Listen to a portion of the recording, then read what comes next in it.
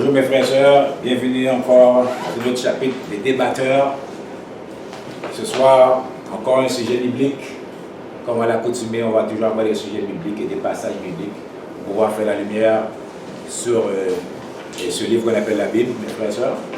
Alors, comme on avait dit dans l'annonce, on va parler de Matthieu 5, versets 43, 44, et ça continue. Mais le point qu'on a mis sur le flyer, c'est qu'il dit qu'on doit aimer nos ennemis. Et ça, c'est un passage vraiment là, moi là, qui m'a donné beaucoup de problèmes quand je l'ai lu. Pour savoir comment on peut aimer nos ennemis. Et Jésus précise encore plus dans les autres qu'on ne doit pas seulement l'aimer, mais il dit comme ça que prier pour eux autres. Faire du bien. Oui, mais moi je vous dis, aimez vos ennemis, bénissez ceux qui vous maudissent, faites du bien à ceux qui vous haïssent, et priez pour ceux qui vous maltraitent et qui vous persécutent. Waouh! Alors ce passage-là, mes frères et sœurs, moi quand j'ai lu ce passage-là, quand j'ai commencé à étudier, quand j'étais lycée avec les témoins de Jéhovah, parce que moi j'ai commencé à étudier la Bible longtemps, là. J'ai commencé à étudier la Bible avec les témoins de Jéhovah. Beaucoup d'années j'ai vu les témoins de Jéhovah étudier la Bible. Mais j'ai toujours eu des questions qu'on n'a jamais pu me donner vraiment une réponse claire par rapport à ces questions. Qui fait que bon, j'ai resté encore perplexe à savoir sur Dieu, sur le diable, sur beaucoup de choses, personnages qu'on nous parle dans la religion abrahamique, pas seulement du christianisme, mais aussi des musulmans ou des juifs. Mais ce passage biblique-là, quand je l'ai vu, j'ai dit, oh, ça là, c'est un passage esclavagiste. Tu vois? Alors, on va faire aujourd'hui un débat, on va faire, la table va être ouverte, on a des invités, on a des évangélistes, on a notre frère ici, Jeff, on va pouvoir aller sur ce passage-là et donner des explications, parce que moi le passage est clair, je ne vois pas sur une parabole. Je ne vois pas sur une parabole ou sur quelque chose d'allégorique. Alors, si c'est ça, mon frère ici va nous donner l'explication par rapport à ce passage-là. Comment peut-on aimer notre ennemi? Ou bien prier pour ceux qui nous maltraitent. Voilà, la table est ouverte. Celui qui veut commencer, vous expliquer ce passage-là, mes frères. Frère Gérald, frère Jeff. Ben, en fait, au-delà de juste le fait que tu as cité ou tu as lu le passage, mais tu as aussi apporté une opinion par rapport à ça. J'aimerais juste peut-être mieux que tu puisses, si tu me permets, Moustapha, éclaircir qu'est-ce que tu veux dire quand, à travers tes études et tes moments avec les témoins de Jéhovah, que tu arrives à la conclusion que ce passage-là, c'est un passage qui pousse l'esclavagisme. Moi, qu'est-ce qui fait que j'ai poussé que ce passage qui pousse l'esclavagisme? Parce que je ne pense pas dans les textes originaux. Si on avait la Bible, les textes originaux en hébreu ou en araméen, on aurait pu aller voir vraiment si c'est ça qu'il dit. Mais comme que c'est une traduction qu'on a, et comme que celui qui nous a donné la Bible n'était pas notre ami, celui qui nous a donné la Bible n'était pas notre ami. Nous, on est des frères et des sœurs prouvés historiquement, prouvés archéologiquement, qu'on nous a pris en Afrique de force, on nous a amenés ici. On a mis des chaînes de nos pieds, les chaînes sont encore là, les ports sont encore là. Vous pouvez aller au Ghana, il y a encore un port là, le port où ils avaient les esclaves. Vous pouvez aller à une place aux États-Unis encore là. Au Mississippi, il y a une place encore aux États-Unis où les ports de débarcation sont encore là, les chaînes sont encore là, les bateaux, les négriers sont encore là. On a des preuves archéologiques que ceux qui nous ont amenés ici n'étaient pas nos amis. Et quand on est venu ici, on n'avait pas de Bible, on n'avait pas de Coran, on n'avait aucun livre dans nos mains. On n'avait même pas le droit de lire. Pendant, je pense, les 200 premières années d'esclavage, on n'avait pas le droit de lire. Après ça, on nous a imposé la Bible. Alors, celui qui nous a donné ce livre-là n'était pas notre ami.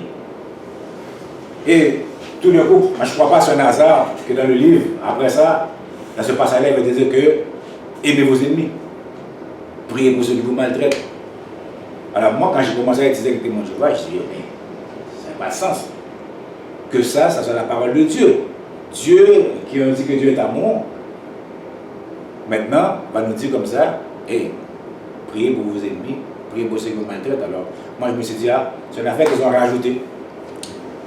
C'est une affaire qu'ils ont rajouté dans la Bible parce que je ne pense pas que c'est la parole de Dieu. Alors, c'est ça que c'est cette conclusion-là que j'ai faite. OK.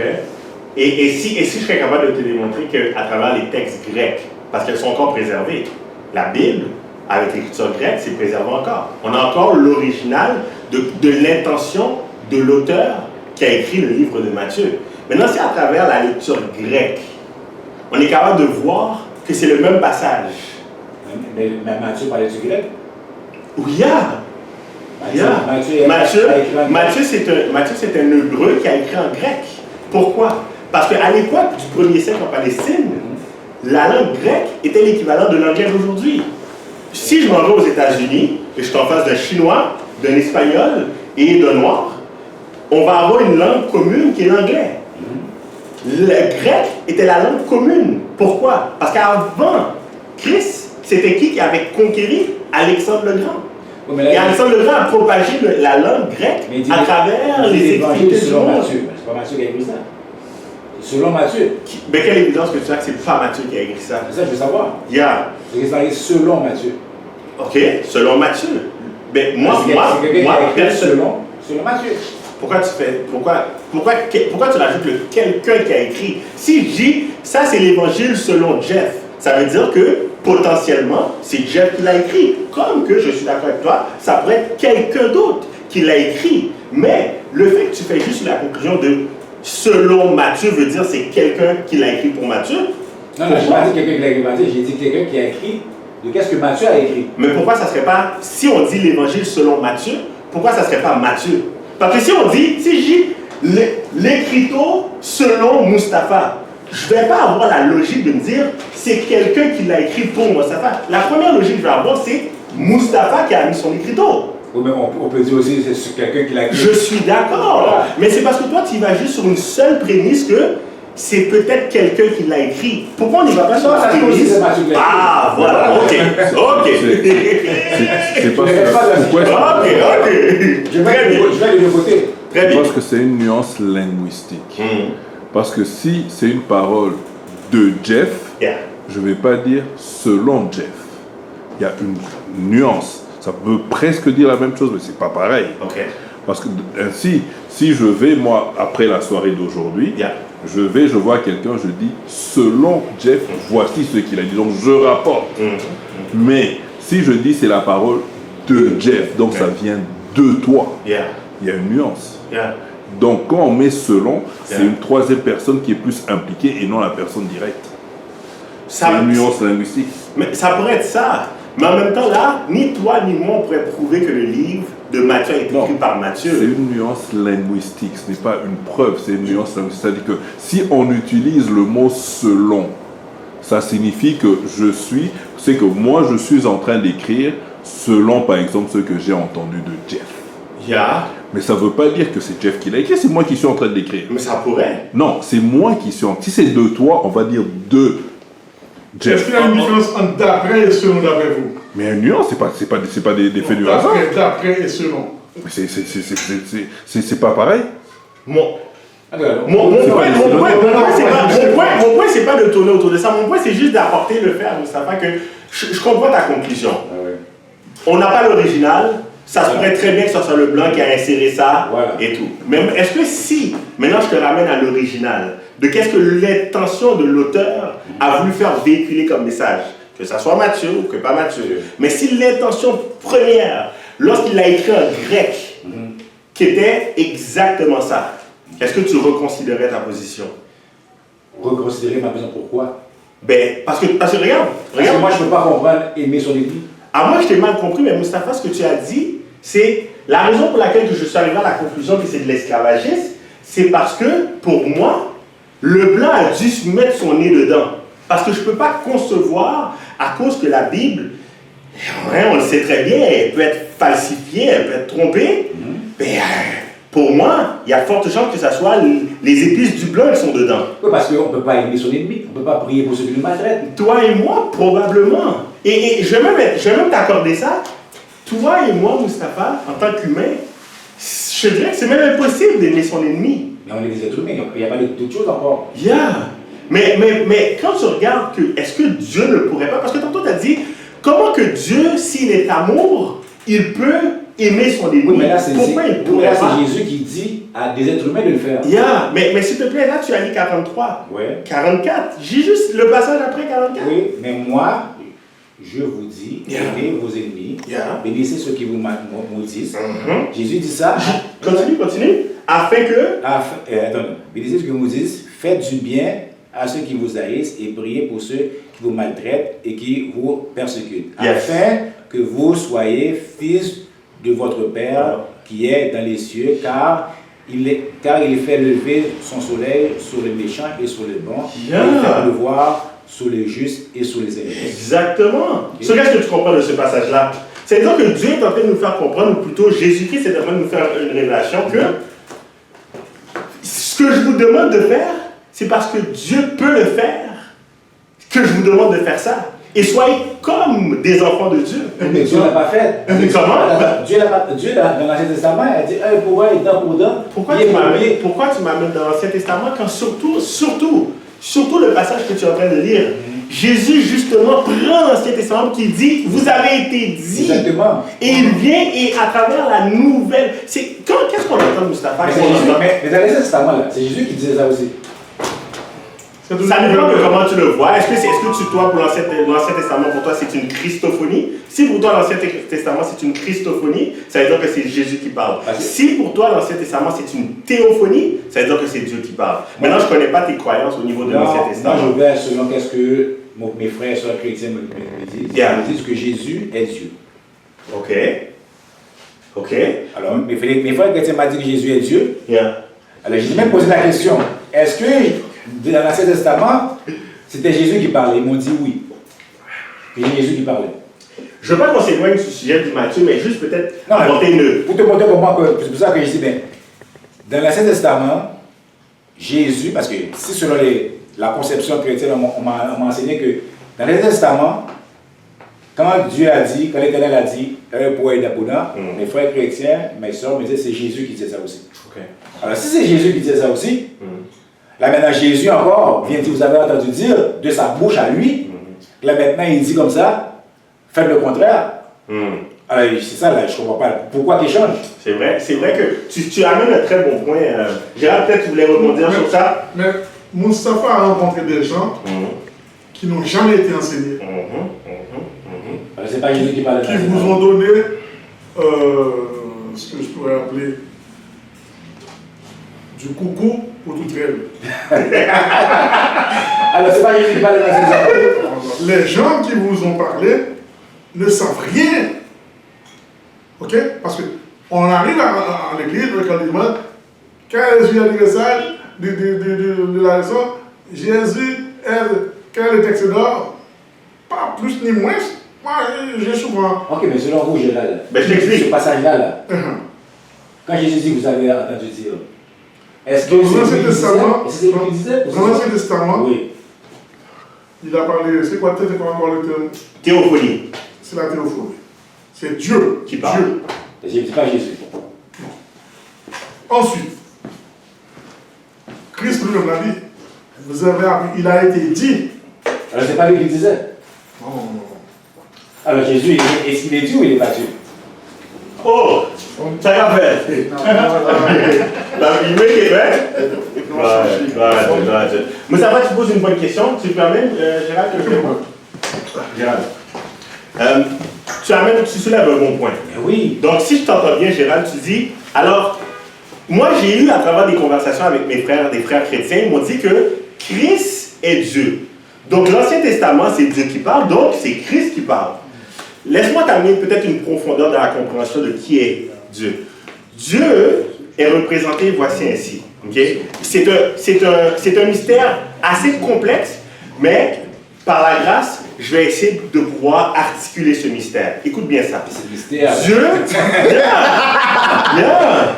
Dieu, Parce que pourquoi tu vas essayer de faire ton possible, mais c'est un mystère. Je vais essayer de faire mon possible pour l'articuler du mieux. Pourquoi? Parce que Dieu qui est infiniment grand, c'est pas possible pour moi un être fini, limité dans la connaissance, qui est capable de pouvoir comprendre l'entièreté et l'infini d'un Dieu aussi puissant. Donc c'est pour ça que j'appelle ça il y a un certain mystère dedans. Mais en même temps, c'est comme dans n'importe quoi, Moustapha. Il n'y a pas un être ici qui a étudié dans n'importe quel domaine qui peut affirmer avec certitude qu'il a saisi l'entièreté du domaine. Il reste toujours un petit brin de mystère dans n'importe quoi. Alors, on est en train de faire la lumière sur ce mystère-là. Maintenant, un petit pas de plus dans la compréhension. Okay. Tu as entendu que nos frères chrétiens ont dit Christ est Dieu. Oui, Jésus-Christ est Dieu. Mais il est Dieu dans quel sens? C'est parce que la Trinité, ce qu'on comprend de Dieu, c'est que Dieu est une essence. Jésus-Christ s'est retrouvé devant le peuple juif. Ils ont dit, mais c'est quoi les commandements les plus importants? Jésus-Christ leur a fait comprendre, il leur a dit, héros d'Israël, Dieu est un. Ça, c'est ce qu'on appelle le chash. En tout cas, c'est ce que le peuple d'Israël récitait pour comprendre qui était Dieu. Dieu est un. Dieu est un dans son essence. Ça veut dire quoi? Ça veut dire que l'essence, voilà un peu comme la nature de Dieu. Dieu est un dans sa nature. Par contre, Jésus-Christ n'est pas la même personne que Dieu. Donc, il n'est pas Dieu. Comprends bien. Il y a une essence, une nature. Cette nature, Christ l'a. Et la nature, c'est cette nature divine qu'il a. Non, non, mais parce que la nature divine, c'est ce qui représente l'entièreté ou le caractère de Dieu, que je n'ai pas. Moi, je suis un être fini, limité par ma connaissance, une date de début, une date de fin. Attends, mais moi j'ai une question. L'essence et la nature. Mais je vais juste aller à c'est compliqué, hein? Laisse-moi juste aller au bout de la compréhension. Donc, Dieu, dans sa nature, Christ a la même nature que Dieu. Sauf que Christ n'est pas la subsistance de Dieu. Christ n'est pas la personne de Dieu. En d'autres mots, il y a la personne de Dieu, il y a la personne de Jésus-Christ et il y a la personne du Saint-Esprit. Trois personnes distinctes avec une conscience, une volonté, mais partagent la même essence. Mais quand tu dis personne, j'ai une question. Non, quand tu entends le mot personne, c'est pour ça que je n'ai pas employé le mot personne, la même subsistance. Alors, c'est pas une personne. Pas une personne dans le sens que là, lui, là, c'est une personne, mon ami Gérald ici, c'est une personne. Pas personne dans ce sens-là. Personne dans le sens subsistance, qui veut dire que par lui-même existe par sa propre volonté. Une subsistance. Donc, Christ, la subsistance de Christ n'est pas la même subsistance de Dieu, ni n'est pas la même subsistance du Saint-Esprit, mais les trois partagent la même essence centrale qui les rend Dieu. Quelle subsistance que tu es là en premier? Comment? Quelle subsistance que tu es là en premier? Il n'y a pas de Dieu, de Jésus ou du Saint-Esprit? Lesquels que tu es là en premier? Ben c'est là que tu n'as pas bien saisi. Écoute, la subsistance, elle est éternelle. C'est-à-dire que quand tu me poses la question, quelle subsistance qui était, tu n'as pas compris la nature de Dieu. Dieu est éternel. Il n'y a pas de premier, il n'y a pas de deuxième. Il y a eu un commencement. Dieu n'a pas de commencement. Dieu est éternel. Quand Dieu dit dans la Bible, je suis l'alpha et l'oméga, c'est un autre parabole. Le commencement et la fin, il l'a dit aussi. Non mais... Il a dit qu'il y a l'alpha et l'oméga. Quoi? Comment avez-vous compris cette déclaration? Comment tu l'as compris, toi? Parce qu'il a dit, je suis l'alpha et l'oméga, le commencement, ça veut dire qu'il a commencé quelque part. Pour être l'alpha, il faut que quelqu'un ne soit pas là.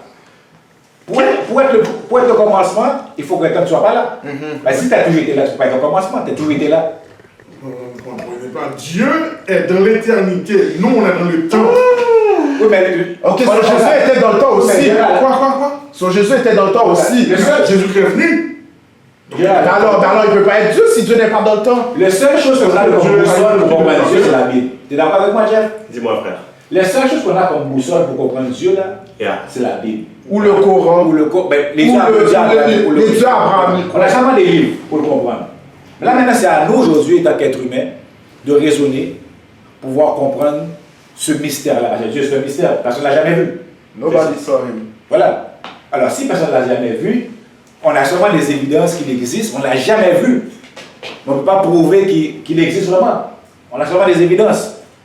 Il y a de son le fait qu'il existe. On a des évidences, mais quelle vraies, concrètes. On a des évidences, mais on n'a pas de preuve, on ne l'a jamais vu. Je sais, mais on a des évidences. Donne-moi un. Ce qui est la cause sans cause. C'est la chose, c'est la même chose. C'est l'exemple que je donnais là. Yeah. Si on voit des traces de pas dans la neige, on a une évidence que quelque chose a passé là. C'est au-delà de ça. Mais si tu ne le vois pas, mais si on sait si pas qu'est-ce qui a tu passé ne vois là. pas, tu n'as jamais entendu la personne, tu ne veux pas me dire que c'est, on va dire, c'est Jean qui a fait ces traces de pas là. Même si, on va dire, le trace de pas correspond au pas de Jean, mais tu ne peux pas prouver que c'était Jean qui a passé. Pour que tu puisses savoir que ça correspond au pas de Jean, il faut que tu connais les pas de Jean. Ouais, il faut que tu connais les pas de Jean. La seule chose qu'on a, c'est qu'on a des traces de pas. On a une évidence qu'il y a quelque chose qui a passé là. Mais la seule évidence de Dieu, c'est juste les livres abrahamiques. Techniquement. Non, on a le cosmos, on a les affaires. Oui, mais comment tu sais qu'il y a un cosmos et tout? C'est les dieux Abraham, c'est les livres Abraham et avec la foi aussi. Qu'est-ce que tu racontes? Mais c'est vrai. La même. Attends, laisse-moi voir qu'est-ce que tu dis. Mais il faut qu'on revienne au sujet. Attends, non. Je veux juste être sûr que j'ai bien compris ce que tu as dit. C'est ça, il faut qu'on revienne au sujet. Ce que tu dis, c'est que la seule manière qu'on connaît l'existence du cosmos, c'est à cause de. Non, de Dieu. Lui, il a dit les cosmos. Moi, je parle de Dieu, moi. Les seuls. Oui, il faut revenir au sujet là. Il faut qu'on revienne au sujet là. Ok. Aimer son ennemi là. Yes. Aimer ceux qui nous maltraitent là. Yes. On t'écoute. Yeah. Comment on peut faire ça? Mais non, mais avant Moustapha, moi j'ai pas de problème. Mais avant, reprenons, laisse-moi voir si je t'ai bien compris, Moustapha. Donc toi, ce que tu m'as articulé, c'est que parce que la Bible, elle est façon, j'ai pas de certitude que ce soit les paroles qui ont voulu être véhiculées comme message. Non, c'est pas ça mon point. Okay. Mon point, c'est que même si que tu as les textes originaux de grec, même si qu'on avait les textes originaux en araméen, c'est pas les textes originaux le problème. Le problème, c'est qu'est-ce qu'il dit là. Aimer ton ennemi. Aimer ceux qui te maltraitent. C'est ça le problème là. Béni, prie. Parce que ça veut dire que si c'est ça que la volonté de Dieu, alors Dessalines a mal agi. Thomas Sankara a mal agi. Toutes les révolutionnaires qui se sont battus pour nous défendre, pour qu'on puisse être libre, pour qu'on puisse avoir quelque chose pour soi-même, ont péché. L'esclavage est permis aussi. Alors l'esclavage, quand le peuple d'Israël était esclave en Égypte, ils auraient dû rester là. Pourquoi Dieu est venu les sauver, les sortir de l'Égypte? Dieu a envoyé même l'ange de la mort. Tu comprends? C'est confus là, je ne comprends pas. Sur d'autres mots, si je te comprends bien, Moustapha, ce que tu es en train d'articuler là, c'est que si j'aime mon ennemi, ça veut dire que je dois accepter l'injustice à laquelle je suis. Mais pas sans l'autre.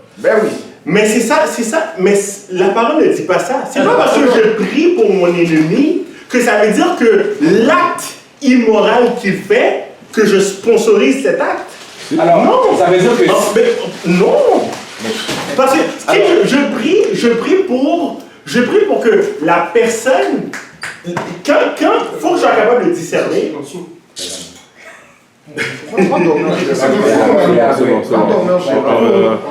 Il faut que je sois capable de discerner l'acte que la personne fait et la personne en elle-même. On est d'accord avec toi. Quand les Européens sont venus nous prendre, les Arabes sont venus nous prendre de l'esclavage là, et on était en captivité là. Alors on aurait dû prier pour eux autres. Mais prier pour eux autres, ça veut dire qu'on n'aurait pas... Attends, mais prier pour eux, ça ne veut pas dire qu'il ne fallait pas vouloir sortir. Prier pour la personne ne veut pas dire que je ne dois pas réclamer justice. Alors on devrait les aimer aussi parce qu'il dit aimez vos ennemis. Mais si on peut pas réclamer justice, on doit je prie pour le cœur de cette personne-là change, mais je dispute le geste qu'il fait. Alors, j'ai une verset qui dit ça.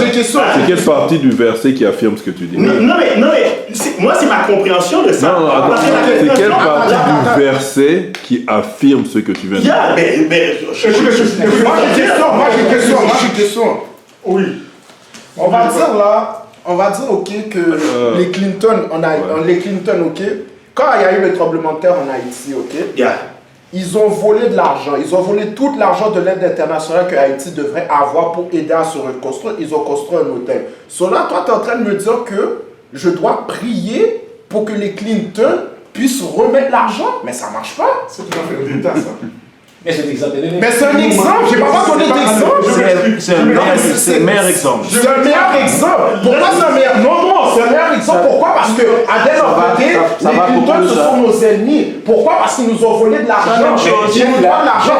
Alors pourquoi moi je dois prier pour que leur cœur puisse changer puisqu'ils vont jamais nous redonner de l'argent? J'ai pas quelque chose sur la distance, reviens la chose. Si tu viens, tu me prends, tu me mets l'esclavage, tu me mets les chaînes de pied, tu mets les chaînes avec mes bras. Tu me bats, tu me maltraites. Je ne suis pas obligé de tailler. Non. Mais je peux te tuer. Oui. Je peux te battre. Oui. Alors si je me bats et je te tue, ça vient à contredire comment que je peux en même temps te battre et te tuer et t'aimer. C'est comme des... Comment je peux en même temps me battre, te tuer et prier pour toi? C'est comme les guerres mondiales, par exemple. C'est comme les guerres mondiales, par exemple. Les soldats allemands contre les soldats américains ou tous les autres soldats européens. Normalement, dans la vie de tous les jours, ils ne se seraient pas haïs. Mais qu'est-ce qui s'est passé? C'est que la guerre a fait en sorte qu'ils se tuent entre eux. Voilà. Ils ne saillissent pas en tant que tel. Ce que j'essaie d'articuler comme message, c'est que je suis d'accord avec toi que humainement, ça semble très peu probable de pouvoir aimer mon ennemi. Et là-dessus, je suis d'accord avec toi. On est des humains. Je le sais. Et c'est pour ça que Christ est venu et son sacrifice à la croix, la mission qu'il a eu, l'œuvre à la croix, est venue pour justement, pas pour dire que le mal qui est arrivé, c'est pas grave, mais parce que ce mal qui est arrivé là, il l'a pris sur ses épaules.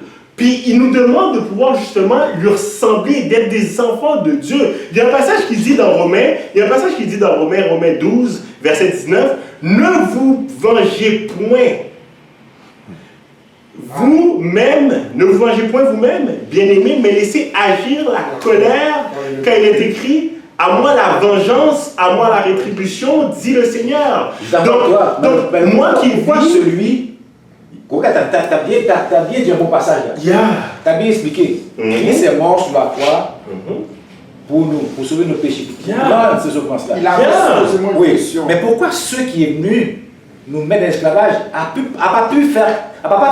pas pu suivre Christ? Dire, mais hey, on va faire comme Christ. Comme Christ est venu, est mort pour nos péchés, comme Christ est venu pour qu'on enlève ça. Alors on va continuer. Ceux qui sont venus nous mettre dans l'esclavage là, il avait la Bible aussi. Ils ont lu ce passage-là aussi. C'est des chrétiens aussi. C'est des chrétiens. Oui. Alors, ils ont ignoré ça aussi. Ils ont pas fait ce que le Christ voulait qu'ils fassent. Alors nous, là, étant victimes, là, on ne peut pas aujourd'hui vouloir pratiquer le livre mieux que les autres. Parce que les autres, ils n'ont pas pu pratiquer ça. Aussi. Alors, qui connaît-nous pour vouloir pratiquer le livre mieux que les autres? Parce que les autres sont venus et nous avaient l'esclavage. Il y en a un que je voudrais poser comme question dans ton point, parce que tu as dit que Christ est venu dans une mission être mort sur la croix. Mais si sa mission était d'être mort sur la croix, pourquoi il a dit sur la croix, Père, pourquoi m'as-tu abandonné? Je reviens à cette question-là, gardons en tête, mais juste, Moustapha, tu sais, je suis d'accord avec toi. Les gens qui ont lu la Bible et qui savaient très bien les enseignements de Christ ne l'ont pas mis en application. Voilà. Et je ne pourrais pas te contredire là-dessus. Voilà. Mais tu sais, Moustapha, c'est pour ça que j'ai besoin d'un Seigneur et Sauveur. Parce que la vérité, malgré que je voudrais te dire à quel point je suis un homme fantastique et formidable, la vérité, je ne le suis pas. Je suis un hypocrite. J'ai menti, volé. Et c'est pour ça que j'ai eu besoin d'un Seigneur et Sauveur. Et donc, je ne suis pas surpris que du monde a utilisé la parole de Dieu pour faire leur agenda. Mais maintenant, Moustapha, et soyons logiques ensemble, si tu entends quelqu'un là venir ici avec des instruments de musique et commence à jouer une pièce de Beethoven, et c'est horrible la pièce qu'il est en train de jouer, est-ce que tu vas blâmer Beethoven ou tu vas blâmer la personne qui joue? C'est la personne qui joue. Mais voilà. Mais alors pourquoi blâmer Christ? Ou plutôt, pourquoi dire, oh mais c'est... Parce que ceux qui ont utilisé l'agenda pour leurs besoins, ben, aucunement ça représentait les valeurs et les principes de Christ. Je ne blâme pas Christ, moi. Yeah. Mais tu blâmes le livre. Je blâme le livre, parce que ce livre-là est 66 livres, 40 auteurs. Yeah. Dans l'Ancien Testament, le même Dieu me dit un pour un et d'un pour deux. Dans Malachie, il me dit, je suis l'Éternel, je ne change pas. Arrivé dans Matthieu, il dit, vous avez entendu dire, Et là, il change. Il vient de dire qu'il ne change pas. Ça se contredit. Hein. Voilà. Non, mais Moustapha, s'il te plaît, Moustapha. C'est le livre qui me donne le problème. Moi, c'est le livre qui me donne le problème. Parce que là, si moi, on va dire je suis Dieu, là, puis j'aurais dit, ok, on va dire que la Bible, c'est le livre qui me représente. Pourquoi mettre autant de contradictions? Pourquoi mettre autant de choses qui vont Puis 40 auteurs? Oui, là. 40 auteurs, là. Si on en a 2, 3, 40. Ok. La médecine, elle est là pour sauver, préserver des vies, pas vrai? Eh oui, on l'a déjà donné ton exemple.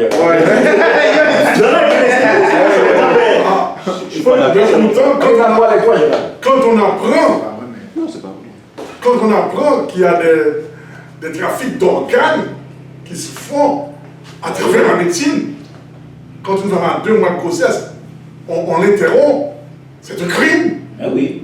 Est-ce que la médecine enseigne le crime? Non. Mais pourtant, ça se fait au milieu de la médecine. Oui. Ok. Une école de conduite qui apprend à conduire aux gens. Et puis dans l'immédiat maintenant, ces gens-là qui ont leur diplôme, c'est sûr, à l'école, on ne leur apprend pas à foutre le cadran, on ne leur apprend pas à brûler des feux rouges, on ne leur apprend pas des fuites. Mais ces gens-là, une fois qu'ils ont leur permis, let's go, est-ce que s'ils font des accidents, est-ce que c'est l'école qu'il faut fermer ou ce sont ces gens-là qu'il faut blâmer? C'est rien à blâmer. Voilà. Mais le livre nous apprend. Le livre nous apprend. Tu compares ça avec le livre. Le livre nous apprend un point d'un boudin. Après ça, le livre change, il dit non, aimez ses ennemis. Mais non, mais Moustapha, il n'y a pas une contradiction là, si tu me permets, Moustapha. Lisons en profondeur. Qu'est-ce que Matthieu 5, 43 dit? Et si juste on lit un peu avant, on va voir qu'il n'y a pas de contradiction dans ça. Pourquoi? Parce que Christ, même Christ, tu sais ce que tu dis là, c'est un très bon point, mais Christ s'est retrouvé accusé de ça par les pharisiens, les sadducéens qui étaient devant lui. Ils ont dit, attends, mais tu viens là, et nous on suit la Torah, on suit la religion de Dieu, et toi tu viens, est-ce que tu es venu pour changer la loi? Qu'est-ce que Christ a répondu? Il a dit, je ne suis pas venu pour changer la loi, mais pour accomplir la loi. Non, il n'a pas changé. Parce que si tu es en profondeur, Christ a dit, viens en profondeur, juste, il vous a été dit de... Je ne pourrais pas être plus profond que ça, là. Yeah. Il a changé la loi, là. Mais il a dit, là, vous avez entendu dire. Yeah. Qu'est-ce qu'il a dit, œil pour œil, dent pour dent. Oh, c'était pas la loi, ça? C'était ce qui avait été donné dans la théophanie par Dieu au peuple d'Israël. Et lui, il a dit, il n'est pas venu pour abolir la loi. Il n'est pas venu pour l'abolir, mais pour l'accomplir. Alors on accomplit la loi. On l'accomplit. On accomplit la loi. Mais on l'accomplit. Comment on l'accomplit? On l'accomplit, ce qui veut dire qu'on l'accomplit, c'est voici la loi, mais voici comment il faut comprendre la finalité de la loi. C'est comme la même manière, c'est comme la même manière que le Coran clame que le Coran est l'accomplissement de qu'est-ce qui a été dit. Attends, non, faut pas comprendre les termes. C'est pas la même chose. Lorsque je dis œil pour œil, dent pour dent, en quoi est-ce que l'accomplissement de cette phrase-là veut dire aime ton ennemi? Parce qu'il nous donne une meilleure compréhension de qu'est-ce qu'il veut dire. Mais juste lisons le passage plus haut. Parce que prenez le contexte dans quel contexte Jésus est là. Jésus est sur la montagne, il est en train d'enseigner les béatitudes. Il est en train d'enseigner, juste un peu avant, il est en train d'enseigner, par exemple, vous avez entendu dire que lorsque il a parlé de, par exemple, l'adultère. Et les Juifs, eux, ils avaient compris que l'adultère, c'était quoi? C'était l'acte qui était l'adultère. Mais Christ a dit, vous avez entendu dire que c'était ça, mais moi je suis là pour vous dire que même si tu regardes une femme avec un désir que vient, tu as déjà commis l'adultère. Il est venu, est-ce que c'est une contradiction? Non. Il est venu apporter une profondeur de la compréhension. Il est venu accomplir ce qui avait été dit. Je te donne un autre exemple. Je comprends ce que tu veux dire. Mais dans Lévitique, là, c'est un livre des lois. Il y a plein de lois. Alors si on va en profondeur dans chaque loi, ça veut dire qu'on peut changer les affaires. Exact. Ça veut dire, dans le Lévitique, il est dit là, tu ne coucheras pas avec un homme de la même façon tu couches avec une femme. Là, les homosexuels me disent, on va là en profondeur. C'est pas ça vraiment qu'il voulait dire. Parce qu'on va prendre l'histoire de la vie. Exactement. C'est tu peux, en profondeur, on peut conclure que tu peux. En profondeur, je ne passe pas à côté. Attends, mais en profondeur, on peut comprendre que non.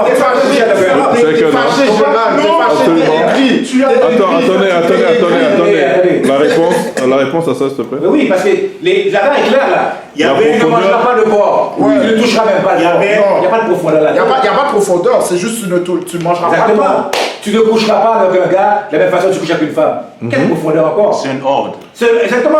Il y a pas si on commence à aller en profondeur, là, c'est là qu'on va dévier. Attends. Si on commence à aller en profondeur, là, c'est là qu'on va commencer on va rajouter. Ok, Ok. ça va Ok. approcher. Mais oui, on va dévier là.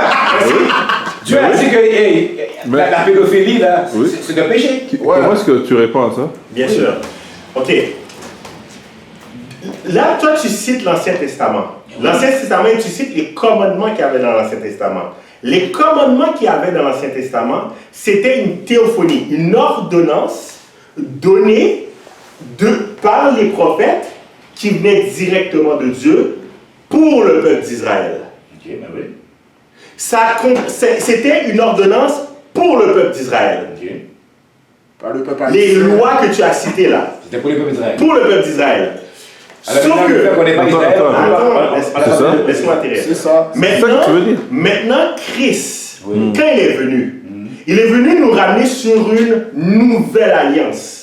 Parce qu'on n'est plus sur la théophonie du peuple d'Israël. On est plus Ça, sur c'est plus bon. l'alliance. C'est plus bon. Ce que Christ, attends, ce que c'est Christ n'a pas changé, c'est la moralité de Dieu. Ça, Christ ne l'a pas touché. Quand tu lis Ça, les c'est principes, ton interprétation. non, Oui.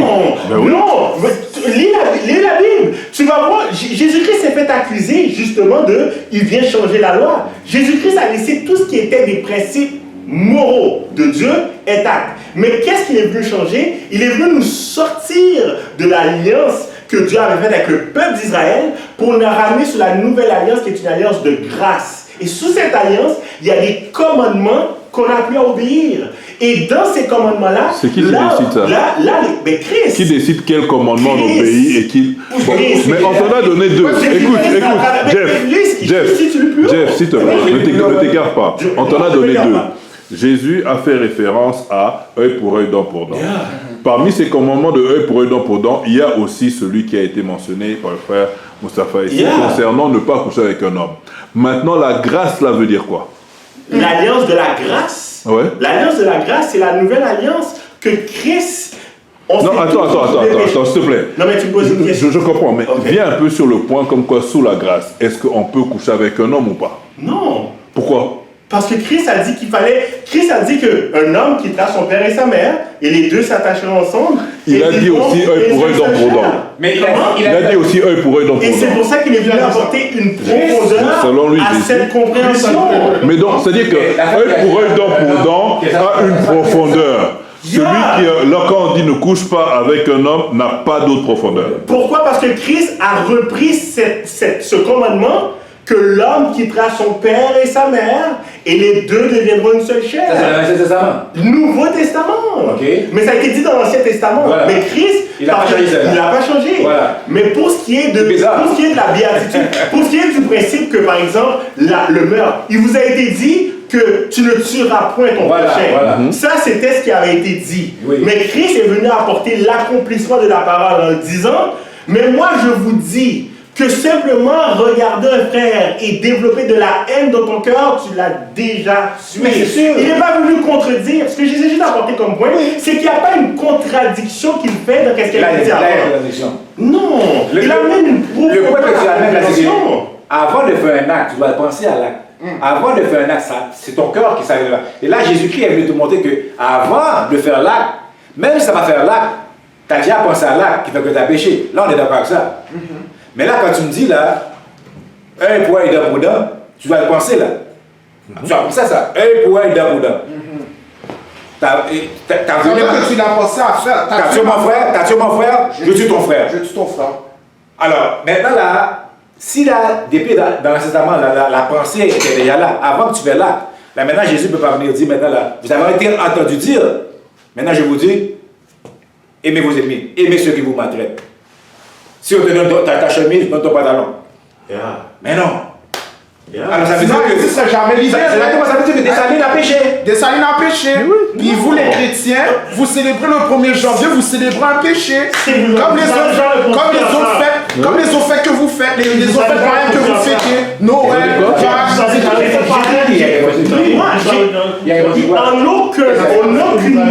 en aucunement. Mais des années à péché, mais des années à mais des années à péché. Selon la Bible, il a péché. De quoi tu me parles? Vous s'est battu. Là, il dit, priez pour vos ennemis. Il s'est révolté contre les Blancs. Déjà, en plus, la Bible a dit, esclaves obéissez à vos maîtres comme vous obéissez.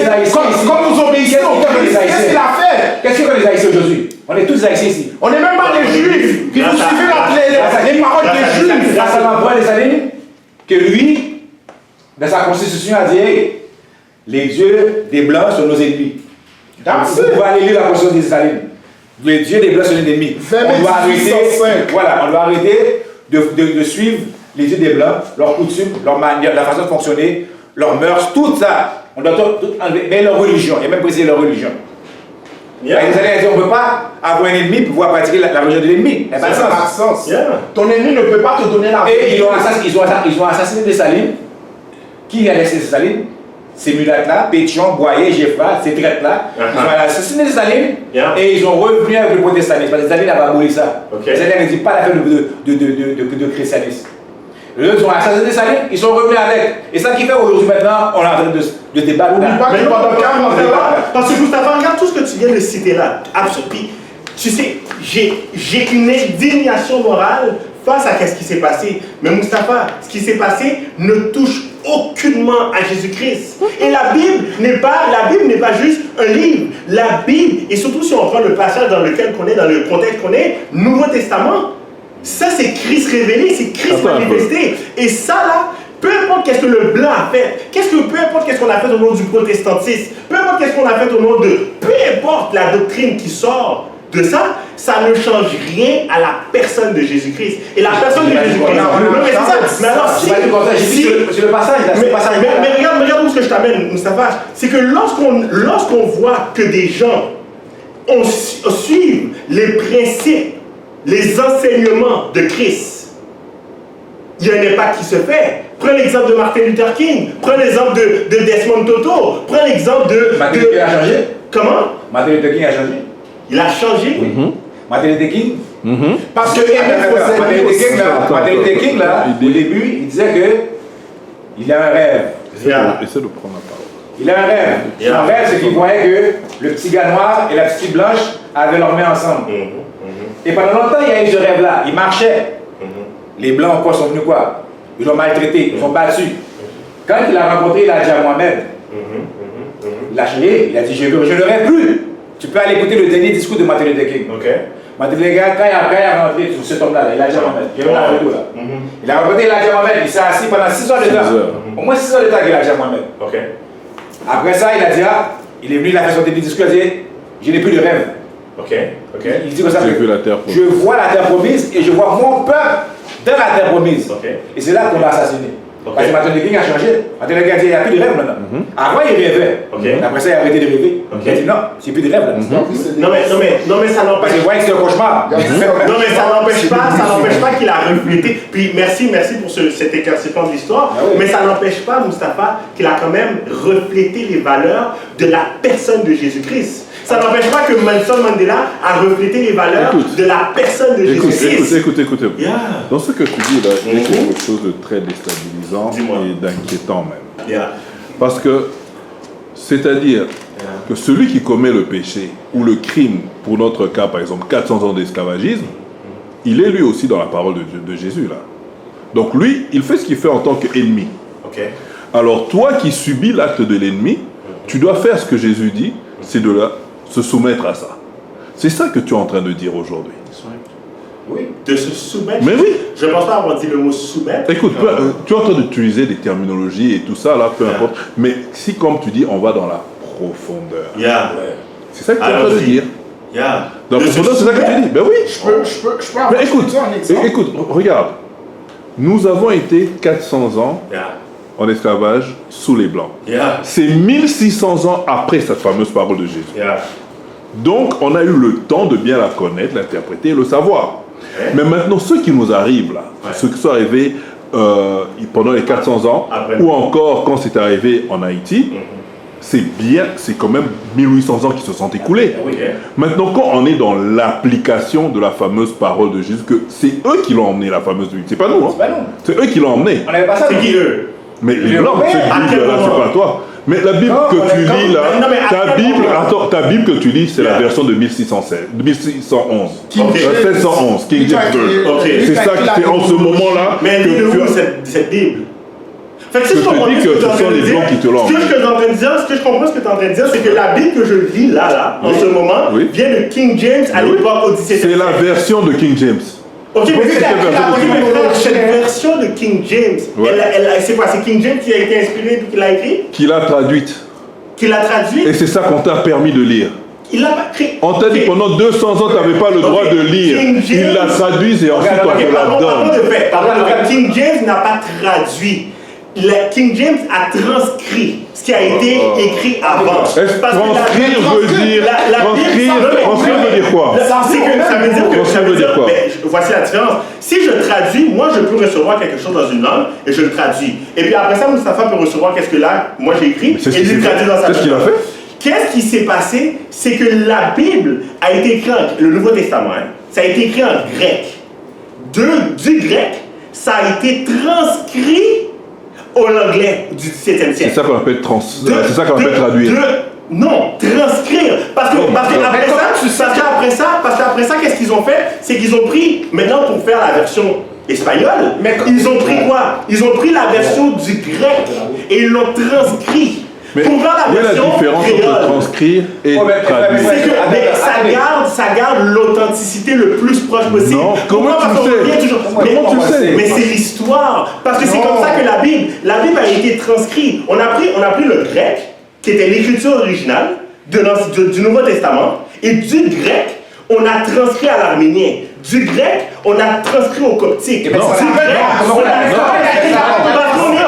Comment il a été capable de transcrire en mot pour mot? Parce qu'il a pris l'affaire grecque, il l'a remis en espagnol ou en anglais. Est-ce que tu as la preuve que King James parlait grec? Comme si tu dis. As-tu la preuve que King James parlait grec? Non, mais King James, Comme si tu dis la caille. C'est comme le mot la caille. La traduction de la caille, c'est le qui lui ont permis de pouvoir transcrire. Dans cette époque-là, il n'y avait pas d'imprimante. Yeah! On devait traduire à la main. Oui, Yeah!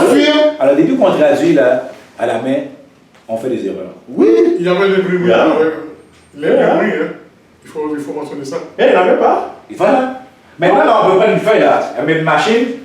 Et même quand on met à la machine, il y a quand même un pourcentage qui a des erreurs quand même. Yeah. Mais quand on le fait à la main là, quand on prend un texte, on traduit là, c'est sûr qu'il va y avoir des erreurs. Donc, en fait, ce que toi tu es en train de dire, attends, ce que toi tu es en train de dire, c'est comme si King James, quand il a fait là, il avait le cœur de Jésus. Et qu'il l'a traduit ou transcrit sans aucune intention Le même gars qui a de écrit faire la du mal à personne. démonologie. Et toi, tu peux le déterminer comment? J'ai pas dit ça. Mais c'est ça que tu dis. Non, Puisque j'ai tu dit parles le de fait transcrire qu'on- comme si ça non. a été fait fidèlement. Non, le fait qu'on Mais- transcrit permet de faire le moins Non, d'erreurs attends, non, possible. non. Je dis pas qu'il n'y a Attends. aucune erreur. Je dis que, est-ce que tu peux démontrer qu'il n'y avait aucune intention manifeste de nuire lorsque ce livre nous a été donné après nous avoir interdit de le lire? Parce que pourquoi je le sais, c'est parce qu'aujourd'hui, là, la Bible que je lis, connaissez-vous la découverte du Dead Sea Scroll, la mer morte, les livres de la mer morte? On a retrouvé les parchemins.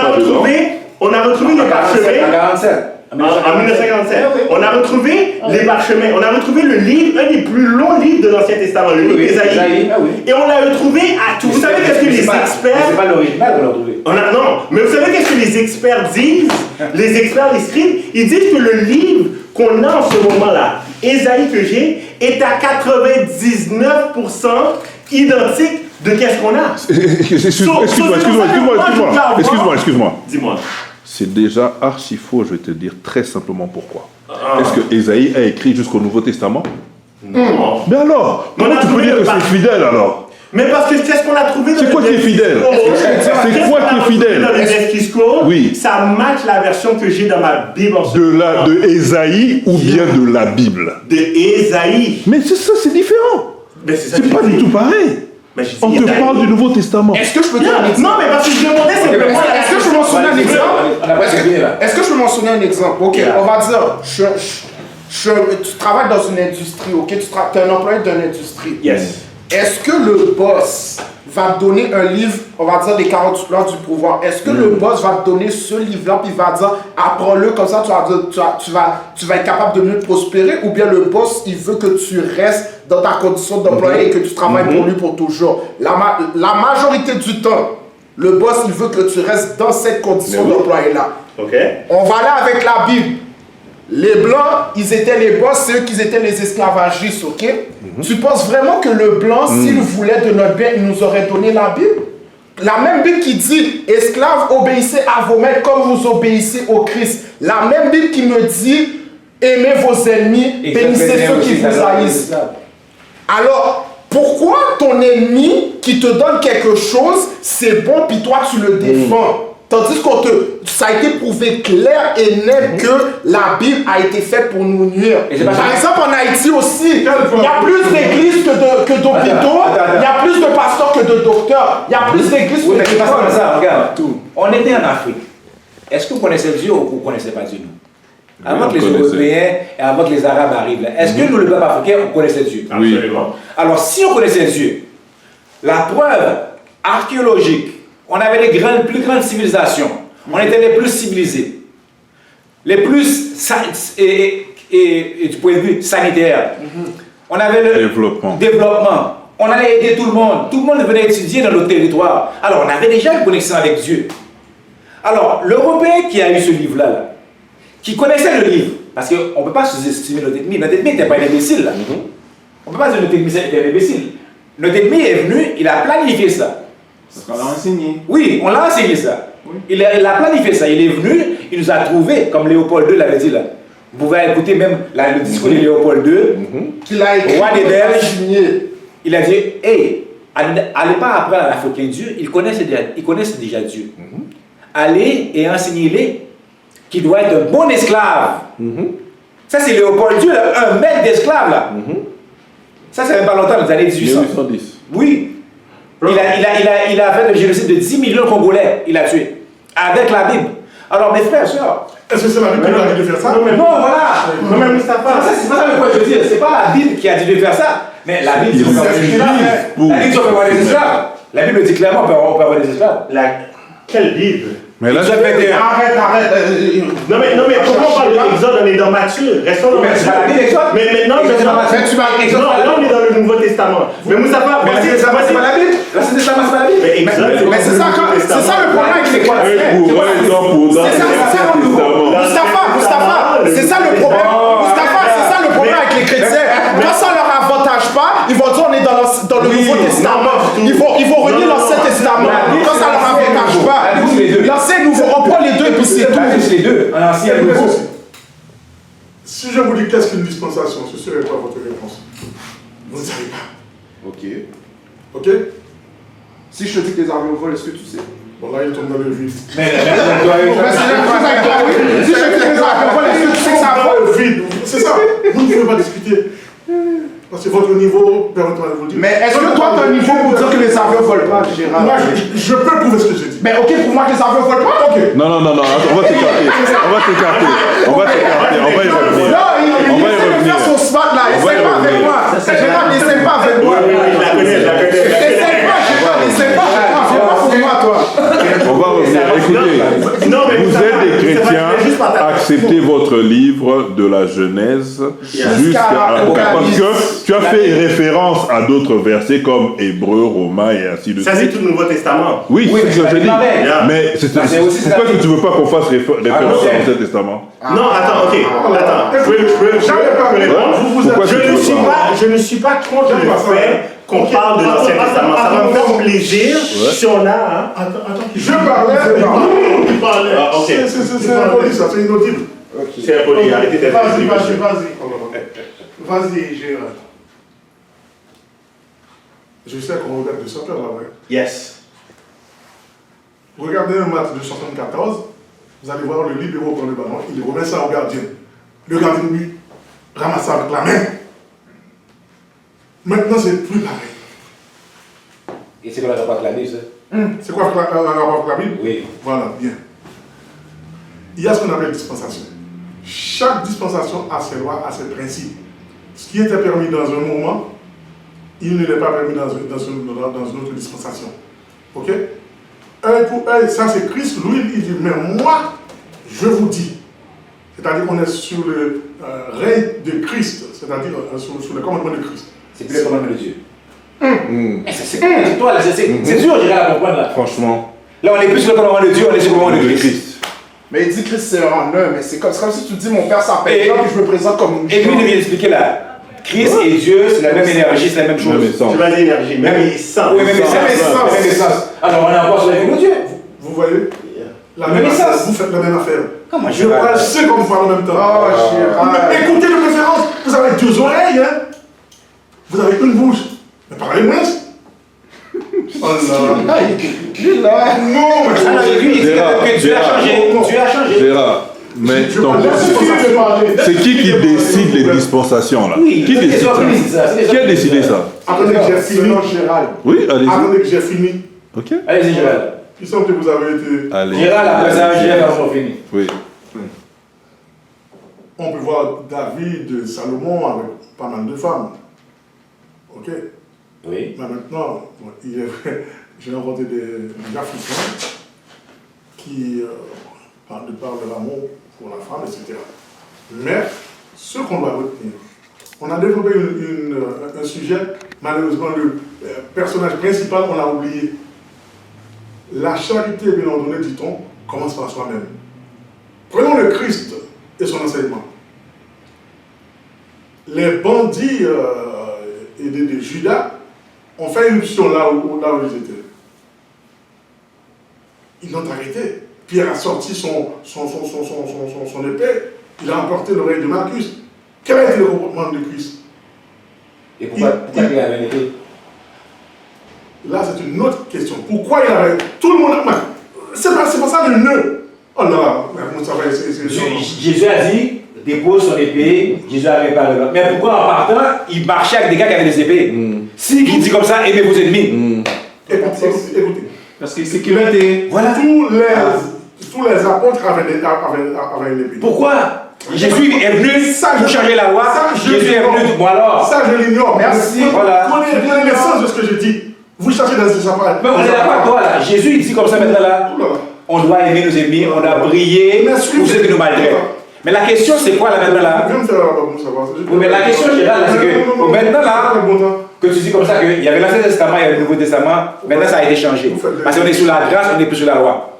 Alors ça veut dire que nous, Haïtiens, qui nous sont rebellés contre l'ennemi, on a fait quelque chose de mal. Parce qu'on n'a pas suivi Christ. Parce que Christ est venu à changer. Christ a dit, vous avez entendu dire, maintenant moi je vous dis, aimez vos ennemis, priez pour ceux. Alors ça veut dire que là, il faut qu'on admette qu'on a fait quelque chose de mal, nous étant haïtiens. On était supposé d'avoir prié pour nos ennemis, rester à l'esclavage. Mais c'est parce que Moustapha, tu es là encore sur la prémisse que prier veut dire être faible et ne rien faire. Ça, c'est une assumption que tu insères dans ta phrase. Mais prier ne veut pas dire rester à rien faire. Prier veut dire que tu désires un changement de cœur pour la personne, mais tu peux te défendre. Mais ça veut dire que prier veut dire changement de cœur. Non, mais c'est pour ça que tu pries. Tu pries pour ceux qui te maltraitent. Tu demandes à Dieu de bénir ceux qui... C'est ce que le pasteur dit. Mais ceux qui ne parlent pas de ça. Je te donne l'exemple. Tu viens comme ça, tu donnes le coup de poing. Bah, je lui ai dit, Dieu, je prie pour que tu changes le cœur de Jeff. Moi j'arrive, je vois le coup de poing. Bah, est-ce que ma prière là maintenant là, est-ce qu'elle vaut la peine? Non, elle n'a pas en contradiction avec l'action que j'ai faite. Elle est en contradiction. Mais regarde Moustapha, je vais donner un exemple. Je viens là et tout, puis je te dis, bang! Là, moi, en tant que suiveur de Christ, je prie pour que ça... Mais je veux dire, hey, Moustapha, ce que tu viens de faire là, tu viens de me dénigrer, tu viens de me manquer de respect. Là, toi, tu me dis, tu sais quoi, Jeff? Ok, good. Je te demande pardon. Ok, là, moi, je te dis, tu sais quoi, je te pardonne. Puis là, tu reviens 2 secondes après, bang! Mais là, Moustapha, moi, ce que je vais faire, c'est que je ne vais pas répondre par la vengeance pour toi, mais je me méfie de toi. Je ne vais pas rester pour toi. Mais je vais continuer à prier. Mon cher ami, Jeff, va battre avec la personne. 400 ans d'esclavagisme, c'est pas la même personne qui est passée à travers les 400 ans. Hein. Exactement là. C'est les enfants, des enfants et des enfants. D'accord? Donc, quand tu dis, dans ton exemple, là où je t'écoute très bien, tu as dit que tu as demandé pardon. Quand est-ce qu'ils ont demandé pardon? Non, mais en fait, je faisais juste répondre à son exemple qu'il a donné. Maintenant, par rapport à l'esclavage, c'est atrocement mal. Ils n'auraient jamais dû faire ce qu'ils ont fait. Ça, on le sait. Mais moi, est-ce qu'on devrait prier pour eux? Est-ce qu'on devrait prier pour eux selon toi? Absolument. Mais ça ne veut pas dire qu'on aurait dû prier pour eux. Que ça veut dire qu'on n'aurait pas dû réclamer justice. C'est ça que j'essaie de réclamer. C'est que qu'est-ce que la justice aurait été donnée comme résultat? Mais à qui on réclame justice? On réclame justice. On réclame justice. On prie pour ce qu'on nous dit, mais on se défend. Mais là, si on se défend là, tu peux plus prier. On va contre notre prière. Mais oui, on va contre notre prière. Parce que moi, si je prie pour que ton cœur change, je dois attendre. Pour vous aussi, il y a quelque chose. Si je prie pour que ton cœur change, je dois attendre. Attendez, si je comprends bien, votre compréhension, c'est que si je suis chez moi, il y a quelqu'un qui vient pour entrer chez moi. Non, ça c'est ta compréhension. Non, selon ton explication, c'est ça que ça donne. J'essaie juste oui. La personne rentre chez moi. Et la personne veut faire du mal à moi et à ma famille. Oui. Donc moi, parce que Christ me dit prier pour mon ennemi, c'est ça que tu veux dire. Ça veut dire que je vais juste. C'est ça que tu veux dire. C'est ça que tu veux dire. Non, mais c'est ça que tu veux dire. J'ai dit que prier ne veut pas dire ne pas réclamer justice. Et si quelqu'un vient chez moi pour faire du mal à ma famille, je vais prier pour ça, mais je vais me défendre. Et si c'est pour même faire en sorte que tout ce qui est dans le verset qu'on lit là, humainement possible pour moi, d'arrêter cette dans le verset, attends, excuse-moi. Je suis appelé à faire ça. Écoute, dans le verset que tu lis, dans le verset dont nous parlons aujourd'hui, quel est le mot qui veut dire défendre? Oui, dans le verset qu'on a parlé. Mais le verset dit, est-ce que si on voit juste le verset ou si on est en contexte? Dans le verset que nous sommes, qui est notre conversation aujourd'hui, parce qu'il y a la suite, n'est-ce pas? Prier, il y a d'autres trucs, aimer vos ennemis. Quel est le mot là-dedans? S'il te plaît, quel est le mot là-dedans qui veut dire se défendre? Verset 39, attends. Verset 39, non. Pourquoi? Non, mais c'est pour enchaîner la question. Verset 39. Mais moi, je vous dis de ne pas résister aux méchants. Voilà. Si quelqu'un te frappe sur la joue droite, présente-lui aussi l'autre. Si quelqu'un veut plaider contre toi et prendre ta tunique, laisse-lui encore ton manteau. Si quelqu'un te force à faire un lit, fais-en deux avec lui. Donne à celui qui te demande et ne te détourne pas de celui qui veut emprunter de toi. Là, il va pas le la défense là. Non, mais là, il va pas la défense là. Il le dit clairement là. De ne pas se défendre là. Je vous dis de ne pas résister. Verset 39. Il l'a dit là. Vas-y, Jeff. Oui, mais les gars, je suis d'accord avec vous. Mais non, c'est pas d'accord, parce que si tu étais d'accord, tu serais entré dans le même langage. Regardez ce que je vous dis que je suis d'accord. Est-ce que c'est pas extrêmement difficile, même voire impossible? Non, la question n'est même pas que c'est difficile, c'est que tu ne peux pas me prescrire quelque chose de comme ça. Mais parce que ça, ce qui est demandé de faire, c'est ce que Dieu fait. C'est il n'a pas fait, mais certainement que non, les c'est écrit tout le monde. Oui. Quand Noé là, dans le déluge là, le déluge, en plus Dieu a le pouvoir de faire le monde de humain. Il est tout puissant. Dieu a fait tout le monde être sauvé. Oui. Il a fait un déluge. Tout le monde être sauvé. De quelle manière? Alors, Dieu est tout puissant. Alors, il n'y a pas de création sur le libre arbitre. Non, on n'avait pas le libre arbitre. Un enfant, c'est là le libre arbitre. Un nouveau-né a le libre arbitre. C'est ça que je m'en j'ai un nouveau-né qui sont morts dans les yeux. Arrête là. Marie avait le libre arbitre? Qui? Marie qui était prise. C'est sa maman qu'elle allait porter Jésus. Est-ce qu'elle avait le libre arbitre de porter? Ouais. Réponds-moi. Elle a le libre arbitre de porter? Je pouvais dire non. Elle n'était même pas encore née. On avait dit qu'elle était pour le porter. Où elle a le libre arbitre là? Mais attends, ok, mais je comprends bien, le libre arbitre n'existe pas. Mais non. Pas selon la conception chrétienne. Pas selon la conception chrétienne. Selon la conception chrétienne, on dit dis-moi un peu. est omniscient. Regarde, tu rigoles. Mais où se trouve le libre arbitre de ceux qui ont été esclaves? Le libre arbitre. Mais attends, ok, alors définis-moi le libre arbitre. Mais même peu importe la définition que tu vas donner, où se trouve le libre arbitre de celui qui vient m'imposer d'être son esclave? Mon libre arbitre a mis de ne pas l'être, se trouve où? Attends, mais c'est pour ça que je te demande, définis-moi c'est quoi libre arbitre? Le libre arbitre, c'est le Non, Tu peux pas dire oui. Demande parce que tu as même. peu importe. Libre arbitre veut dire je décide de le faire, de ne pas le faire. Ok. Mais alors, oui ou si c'est c'est selon cette définition-là, si c'est selon cette définition-là, décidez-vous de prendre le feu rouge ou pas? Mais maintenant, Décidez-vous de prendre le feu rouge ou pas? tu as dit quoi? Décidez-vous de prendre le feu Pas rouge. selon la conception Je chrétienne. peux décider. Voilà. Oui, je le prends aussi. Merci beaucoup. Mais alors, Mais t'as rien dit, c'est Oui, mais ça va, mais ça. Le libre arbitre existe alors. Non. Le libre pas arbitre. selon la conception chrétienne. Je vais donner un bon exemple. Est-ce que lui a le libre arbitre de prendre le feu rouge? Je n'aime pas la Je vais donner un bon exemple. Ça n'existe pas. mais moi, ce que je veux savoir, c'est vous croyez au libre arbitre ou pas? Attends, je vais donner un bon exemple. Lui là, il a-tu le choix de prendre le feu rouge ou pas? S'il a le choix de prendre le feu Oui, rouge, est-ce qu'il peut décider de prendre ou pas ou non? Absolument. Mais sa décision là, Yeah. qui contrôle son cerveau? Qui contrôle son cerveau? Qui contrôle son cerveau? Son âme. Qui contrôle l'âme? Qui contrôle l'âme? Oui. Mais qu'est-ce que tu veux dire qui contrôle l'âme? Oh. L'âme en elle-même a une subjectivité. Oh L'âme en elle-même, là là. elle est libre de prendre des décisions, de décider oui ou non. Alors Il Dieu fait exprès. n'est pas tout puissant. puissant. Tout puissant veut dire qu'il n'y a pas un Pourquoi il espace. n'est pas tout puissant? Mais qu'est-ce que le mot tout puissant veut dire? Ça veut dire que de lui, il peut tout faire. Mais voici où ce que Dieu n'est pas tout puissant.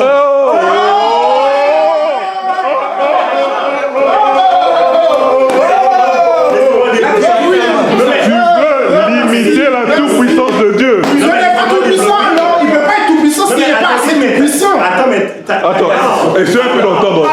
Parce que ça va être enregistré. Vas-y, Il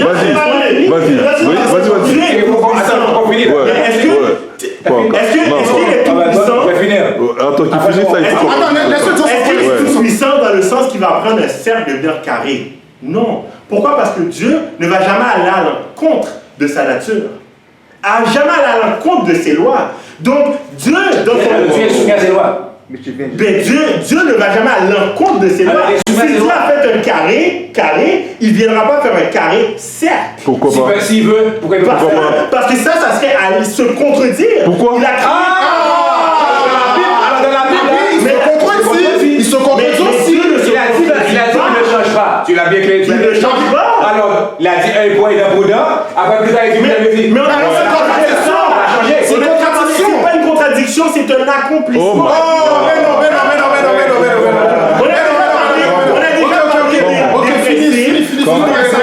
On finit. On a eu un bon débat. On a eu un bon débat ce soir, mes frères et sœurs. C'était chaud. On a essayé de rester le plus possible dans le sujet. Et j'espère qu'on a fait de la lumière pour vous par rapport au sujet de Matthieu 5, verset 43-44, par rapport à aimer vos ennemis. Alors, on va avoir d'autres sujets comme ça, encore bibliques. Encore plus chaud. Notre frère Jeff va venir encore avec notre frère Gérard. J'espère qu'on va avoir plus de chrétiens encore. That's right. Amenez-les, les chrétiens, amenez-les. On les veut, là. Pour qu'on puisse faire la lumière sur la Bible, mes frères et sœurs. Parce que c'est nous qui doit faire la lumière. Tu vois? On a un cerveau, on doit raisonner, Les avions on doit avoir du bon sens pour pouvoir comprendre ce livre-là, mes frères et sœurs. Alors, la prochaine fois, like and subscribe.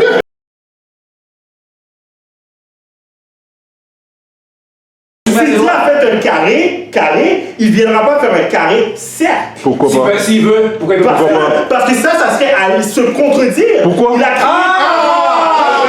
Alors, dans la Bible, Il se contredit. Il se contredit aussi. il a dit qu'il ne change pas. Tu l'as bien clair. Il ne change pas. Alors, il a dit un point d'un prudent. Après plus tard, il dit Mais on a une contradiction. C'est une contradiction. C'est pas une contradiction, c'est un accomplissement. Oh my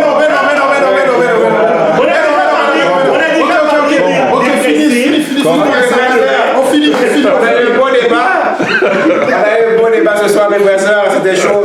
On a essayé de rester le plus possible dans le sujet. Et j'espère qu'on a fait de la lumière pour vous par rapport au sujet de Matthieu 5, verset 43-44, par rapport à aimer vos ennemis. Alors, on va avoir d'autres sujets comme ça, encore bibliques. Encore plus chaud. Notre frère Jeff va venir encore avec notre frère Gérard. J'espère qu'on va avoir plus de chrétiens encore. That's right. Amenez-les, les chrétiens, amenez-les. On les veut, là. Pour qu'on puisse faire la lumière sur la Bible, mes frères et sœurs. Parce que c'est nous qui doit faire la lumière. Tu vois? On a un cerveau, on doit raisonner, Les avions on doit avoir du bon sens pour pouvoir comprendre ce livre-là, mes frères et sœurs. Alors, la prochaine fois, like and subscribe.